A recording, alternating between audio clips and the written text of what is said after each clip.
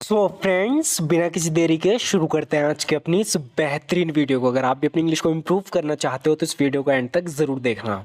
So friends, यहाँ पर ये बता रहा है कि हमारा देश युद्ध की कगार पर है, यानी जिस देश में रहते हैं वहाँ युद्ध होने वाला है। तो बता रहा है कि our nation is on the verge of engaging in battle, यानी यहाँ बैटल चल रही है, जंग है, इंगेज होने का डर है कि हमारा देश भी इसमें इंगेज हो जाएगा। तो बता रहा है कि our nation is on the verge of engaging in battle, हमारा देश युद्ध की कगार पर है, युद्ध कभी भी छिड़ सकता है। War can break out at any time, तो यहाँ पर ब्रेकआउट फ्रेज लोग का यूज़ करेंगे, यानी कभी भी वॉर फट जाएगा। कहने का मतलब है कि वॉर हो जाएगा देश के अंदर, कभी भी देश दूसरे देश से युद्ध छिड़ जाएगा कभी भी। बता रहा है कि war can break out at any time, हमारे देश को किसी भी समय पड़ोसी देश से हमले का सामना करना पड़ सकता है, यानी जो इनका पड़ोसी देश है वो कभी भी इन पर हमला कर सकता है। वो ऑलरेडी वहाँ पर युद्ध चल रहा है। तो बता रहा है कि आर नेशन में फेस एन अटैक, हमारा देश अटैक फेस कर सकता है। आर नेशन में face an attack from a neighbouring country, पड़ोसी देश से, एट एनी गिवन मोमेंट, किसी भी वक्त। आर नेशन में face an attack from a neighbouring country at any given moment, किसी भी मोमेंट में, किसी वक्त हमारा पड़ोसी देश हम पर हमला कर सकता है। दोनों देश में बॉर्डर को लेकर मतभेद चल रहे हैं, यानी ज़्यादातर देशों में लड़ाई बॉर्डर को लेकर ही होती है। तो यहाँ पर ये बता रहा है कि अ बॉर्डर डिस्प्यूट, डिस्प्यूट का मतलब होता है मतभेद, विवाद। तो बता रहा है कि अ border dispute is under way between the two countries, a border dispute is under way between the two countries, यानी दोनों देश में बॉर्डर को लेकर मतभेद विवाद है। A border dispute is under way between the two countries, या ऐसे भी कह सकते हैं कि both nations are in dispute over the border, both nations are in dispute over the border. देखो ये थोड़े हार्ड सेंटेंस होते हैं, और मैं यहाँ पर भी आपको दो तरीके बता रहा हूँ, ये आसान नहीं होता बताना। तो या तो आप ऐसे बोलोगे कि अ border dispute is under way between the two countries, दोनों देशों में बॉर्डर को लेकर मतभेद चल रहे हैं, या हम बोलेंगे both nations are in dispute over the border, दोनों देशों में बॉर्डर को लेकर मतभेद चल रहे हैं। दोनों तरीके आप यूज़ कर सकते हो। हमारा बता रहे कि हमारा पड़ोसी देश का मानना है कि हमने उनके कुछ हिस्से पर कब्जा कर लिया है। ऐसा ही होता है ना, जब भी युद्ध होता है कि हम कहते हैं कि तुमने हमारे हिस्से पे कब्जा कर लिया है, सामने वाला हम पर इल्ज़ाम लगा देता है। तो यहाँ पर बता रहा है कि हमारे पड़ोसी देश का मानना है कि हमने उनके कुछ हिस्से पर कब्जा कर लिया है। According to our neighbouring nation, यानी हमारे पड़ोसी देश के according, according to our neighbouring nation we have occupied some of their land, कि हमने उनकी कुछ लैंड को ऑक्यूपाइड कर लिया है। ऑक्यूपाइड मतलब घेर लिया है।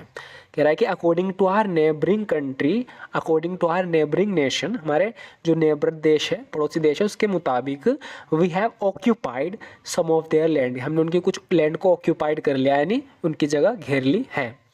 मुझे उम्मीद है कि दोनों देश बातचीत के जरिए अपनी मतभेद को सुलझा सकते हैं। I hope both countries can resolve their differences through dialogue, के डायलॉग के जरिए भी, बातचीत के जरिए भी मुझे उम्मीद है कि दोनों देश इस इशू को रिजोल्व कर सकते हैं। I hope both countries can resolve their differences through dialogue, लेकिन अगर ऐसा नहीं हुआ तो फिर दोनों देश के बीच युद्ध होगा। But if that doesn't happen then there will be a war between the two countries, but if that doesn't happen, लेकिन अगर ऐसा नहीं होता है, अगर ऐसा नहीं हुआ, अगर उन्होंने बातचीत के जरिए मतभेद नहीं सुलझाए, कह रहा है कि if, but if that doesn't happen, अगर ऐसा नहीं होता, then there will be a war between the two countries, फिर दोनों देशों में युद्ध होगा। या ऐसे भी कह सकते हैं कि and if there is a war, और अगर युद्ध होता है, कह रहा है कि and if there is a war, और अगर युद्ध होता है, its impact will be felt across the entire country. And if there is a war, अगर युद्ध होता है, इट्स इम्पैक्ट, इसका असर, विल बी फेल्ट, महसूस किया जाएगा, अक्रॉस द एंटायर कंट्री, पूरे देश के अंदर इसका असर महसूस किया जाएगा। If there is a war, अगर इन वॉर होता है। I wish there won't be a war, कह रहा है कि मैं चाहता हूँ कि युद्ध ना हो। I wish there won't be a war, ऐसे मेरी विश है, बोलते हैं ना कि काश युद्ध ना हो। I wish there won't be a war but there is a strong possibility it might occur, लेकिन इस पॉसिबिलिटी बहुत है कि होगा ऐसा। कह रहा है कि I wish there won't be a war, उम्मीद करता हूँ कि मेरी चाहत है, मैं ऐसी विश करता हूँ कि वॉर ना हो, but there is a strong possibility it might occur, लेकिन होने की ज़्यादा पॉसिबिलिटी है। अगर युद्ध हुआ तो हमें भी इसके परिणाम भुगतने होंगे। अब आगे बता रहा है कि इफ़ वॉर ब्रेक्स आउट, मैंने शुरू में बताया था ना ब्रेकआउट, वॉर होने के लिए ब्रेकआउट यानी युद्ध होना। तो बता रहा है कि इफ़ वॉर ब्रेक्स आउट, अगर युद्ध हुआ, we will also have to bear its consequences, तो हमें भी इसके परिणाम भुगतने होंगे।